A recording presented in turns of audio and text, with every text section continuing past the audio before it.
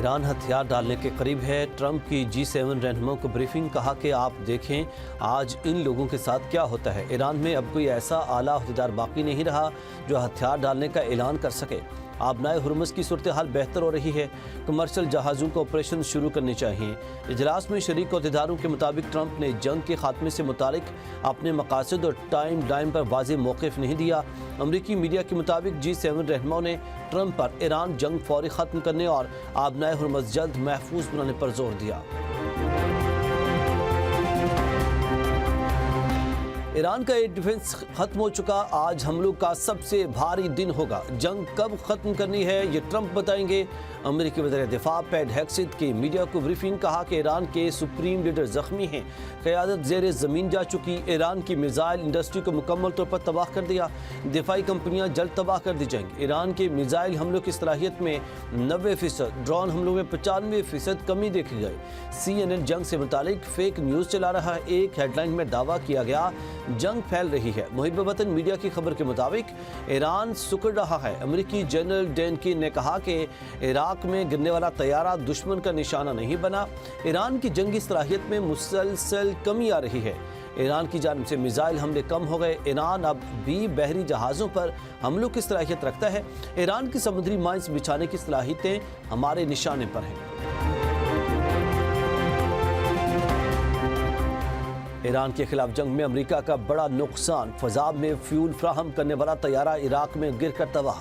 امریکی سینٹکام کی تصدیق، کہا کہ آپریشن ایپک فیوری کے دوران ایک طیارہ مغربی عراق میں گر کر تباہ ہوا، تمام 6 امریکی فوجی ہلاک ہو گئے، دوسرا طیارہ بحفاظت لینڈ کرنے میں کامیاب ہو گیا۔ حادثہ دشمن کے حملے یا فرینڈلی فائر کے باعث پیش نہیں آیا، تحقیقات جاری ہیں۔ ایرانی فوج نے دعویٰ کیا ہے کہ امریکی طیارہ عراقی مزاحمتی فورسز نے مار گرایا ہے، طیارے میں سوار تمام اہلکار ہلاک ہو گئے۔ ایران جنگ میں ہلاک امریکی فوجیوں کی مجموعی تعداد 14 ہو گئی۔ امریکی وزیر جنگ کے ایرانی قیادت کے انڈر گراؤنڈ جانے کے دعوے کے برعکس تہران میں یوم القدس کی ریلی۔ حالت جنگ میں بھی صدر، وزیر خارجہ، اعلیٰ قیادت سمیت ہزاروں افراد کی شرکت۔ لوگوں نے ایرانی صدر سے ہاتھ ملائے، سیلفیاں بھی بنوائیں۔ ریلی کے دوران تہران میں انقلاب اسکوائر کے قریب دھماکہ، شرکاء کے اللہ اکبر کے نعرے۔ علی لاریجانی نے کہا کہ القدس ریلی پر حملہ اسرائیل کی کمزوری اور کنفیوژن کو ظاہر کرتا ہے۔ صدر ٹرمپ نہیں سمجھ سکے کہ ایرانی قوم مضبوط، آگاہ اور پرعزم ہے۔ عباس عراقچی نے کہا وحشیانہ بمباری بھی ایرانیوں کے عزم و ارادے کو متزلزل نہیں کر سکی۔ دشمن کو ایرانی عوام کی طاقت اور ارادے کے سامنے گھٹنے ٹیکنے ہوں گے۔ آج کے اقدامات نے ثابت کر دیا کہ دشمن کے حملے ناکام ہو چکے۔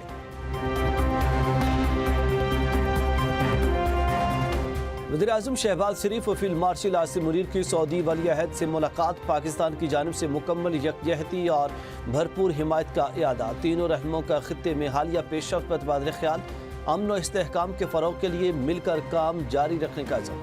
وزیر اعظم کا خادم الحرمین شریفین کے لیے نیک تمناؤں کا اظہار، مملکت سعودی عرب کی طویل المدتی حمایت پر پاکستان کے لیے گہری ستائش کا اظہار۔ ملاقات میں فیلڈ مارشل کا کامبیٹ ڈریس میں ہونا پاکستان کی سعودی عرب کے ساتھ مکمل یکجہتی کا اظہار ہے۔ ایران کا امریکی طیارہ بردار بحری جہاز کو نشانہ بنانے کا دعویٰ، پاسداران انقلاب نے کہا کہ امریکی بحری جہاز ابراہیم لنکن پر 4 بیلسٹک میزائلز اور ڈرون سے حملہ کیا۔ کارروائی اسرائیل اور امریکہ کے حملوں کے جواب میں کی۔ امریکی حکام کے مطابق جہاز کو کوئی نقصان نہیں پہنچا، میزائل جہاز کے قریب بھی نہیں پہنچے۔ بحری جہاز معمول کے مطابق اپنی فوجی کارروائیاں جاری رکھے ہوئے ہے۔ جرمنی کا ایران جنگ کا حصہ بننے سے صاف انکار۔ ایران میں اسرائیلی اور امریکی حملوں میں جاں بحق افراد کی تعداد 1444 ہو گئی۔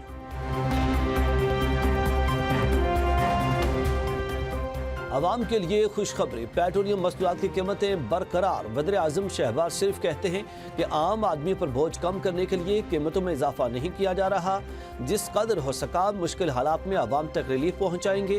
سفارتی اور معاشی ٹیم کی کوششوں سے خام تیل کی ضروری مقدار دستیاب ہے۔ وفاق اور صوبے مل کر مقررہ قیمت سے زائد وصولی کی روک تھام یقینی بنا رہے ہیں۔ خطے میں کشیدگی کی وجہ سے عالمی معیشت دباؤ میں ہے، ملکی معیشت پر گہرے اثرات مرتب ہونے کا خدشہ ہے۔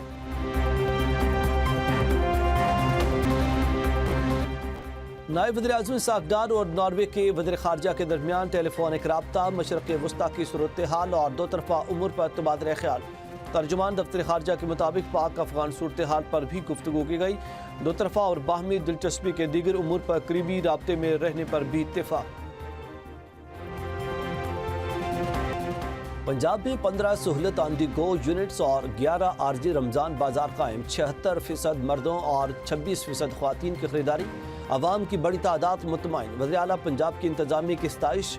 کہا کہ سہولت بازاروں کی تمام کیٹیگریز میں 80% سے زائد اطمینان کی سطح حقیقی عوامی قدر کی نشاندہی کرتی ہے.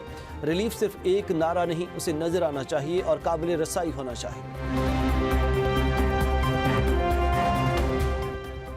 نیا موسمی نظام ملک کے بالائی علاقوں میں داخل ہونے کا امکان. عید الفطر سے قبل اور عید کی چھٹیوں کے دوران موسلا دھار بارشوں اور ژالہ باری کی پیشگوئی. محکمہ موسمیات کے مطابق سسٹم سے پہلے شمالی و بالائی علاقوں میں بارشیں ہوں گی، بعد میں یہ سلسلہ دیگر علاقوں تک پھیل سکتا ہے.